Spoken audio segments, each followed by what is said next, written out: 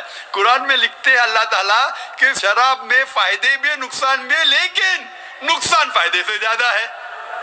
تو میں مانتا ہوں ہو سکتا ہے کہ کچھ لوگوں کو فائدہ ہو میوزک سے. دیر از میوزک تھراپی آلسو. قرآن میں ایک سورہ شعراء ہے, پوئٹس. قرآن شریف شاعری اور گانے کے خلاف ہے. حرام نہیں کہتا ہے لیکن اکثر خلاف ہے. کیوں؟ جب ہم شعر شاعری کرتے ہیں اکثر اتنی شعر شاعری کرتے ہیں کہ شرک کی طرف جاتے ہیں. میں اگر راجا کی تعریف کر رہا ہوں اتنی تعریف کرتا ہوں کہ اس کو خدا سے ملا لیتا ہوں.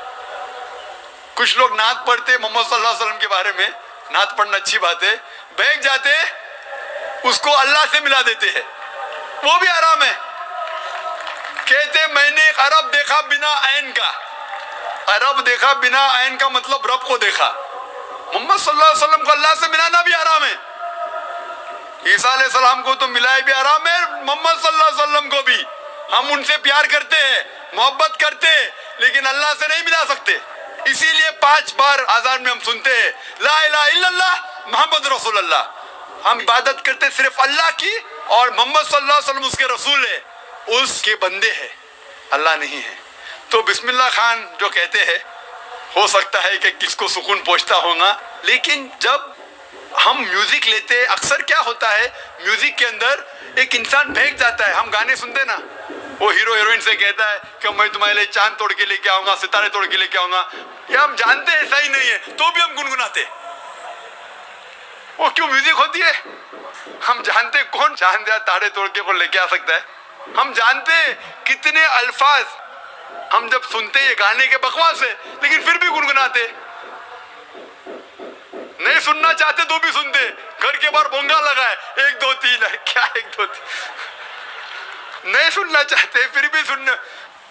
تو میوزک میں کیا ہوتا ہے کہ میوزک کبھی کبھی من کو بہا لیتا ہے. صحیح کہہ رہے بسم اللہ صاحب, اتنا بہا لے جاتا ہے کہ شرک بھی کرتے تو ہم کہتے صحیح ہے, ہم اسلام سے دور جاتے پھر بھی اسے گنگناتے. اسی لیے اسلام میں میوزک جو آپ کو غلط جگہ پہ لے کے جاتا ہے, ڈف کے علاوہ باقی سب انسٹرومنٹس اسلام میں حرام ہے.